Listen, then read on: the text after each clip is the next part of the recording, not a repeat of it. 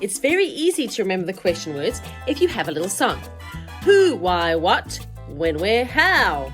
Try and memorize it, and then you'll always have the question words in your memory. Who, which refers to a person. Who's that woman? She's my teacher. Who is she talking to? Olivia. Referring to a person. Why? Always asking for the reason.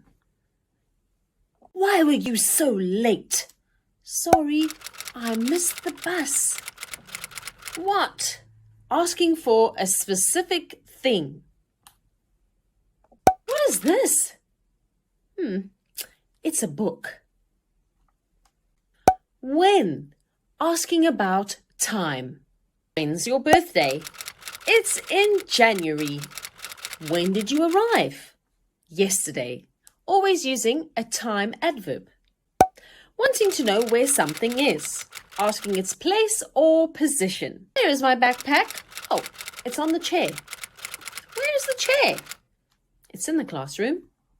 And lastly, we have how.